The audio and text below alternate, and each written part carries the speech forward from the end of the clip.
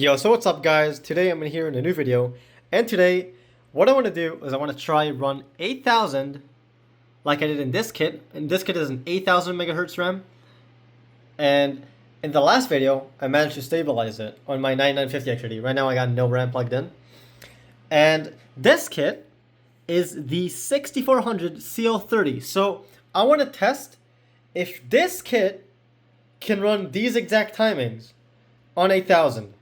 And can it even run 8000? So let me put those in and we'll get it testing. Okay, before we actually get into the BIOS, please leave a sub if like overclocking, PC tuning, and anything about the PC world interests you. This channel is all about that and it helps a lot. So I'm in the BIOS right now. I'm going to show you that this is actually 6400 CL30, and let's just go over what you want to change to actually make this run. I'm just basically going to try to copy everything the Expo kit does.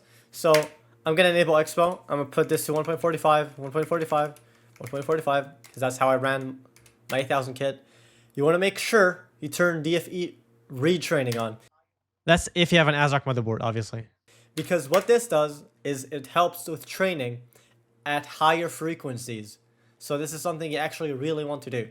So for timings, I'm going to do 38, 48, 48, and 126, just like that kit is. And I'm going to tighten some timings down that I know worked on the other kit. And yeah, you can copy if you want. And I'll tell you if there's something you want to do.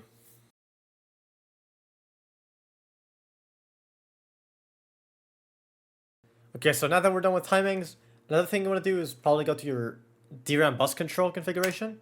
In here, you actually want to change the ODT impedance, like the proc ODT, because this is usually what matters most with signaling.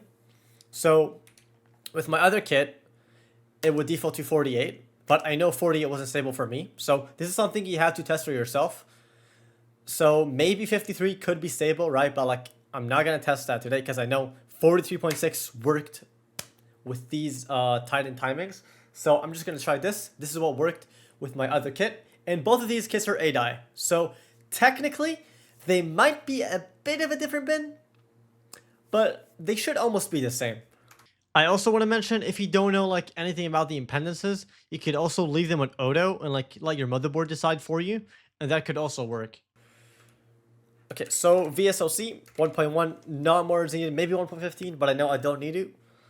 And what's actually important here is VDDP. So with this kit, I don't know why, VDDP gets set to 1.15. This is actually correct for 8000 for me.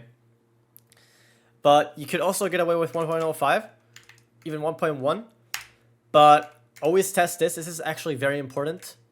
Some CPUs just cannot do 8000 at 1.05. So you might need 1.15. So I'm going to keep that. And obviously, I forgot to change the RAM frequency. Let me change that to 8000. And I'm just going to put my fan that's on the RAM to max RPM. And I'll see you in Windows. 13 hours later almost. And we seem to be pretty stable. So I've been running CarHoover 13 hours. Max temperature was 44. This is with a fan. And the timings are pretty tuned.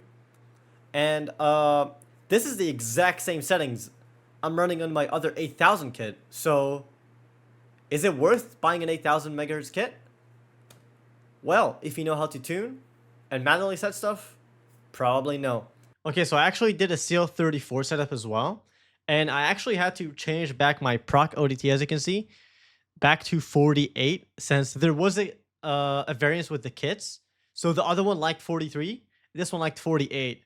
So that's also something to keep in mind with proc ODT. It's like it sweet spots a lot. And as you can see, this ran stable for 24 hours.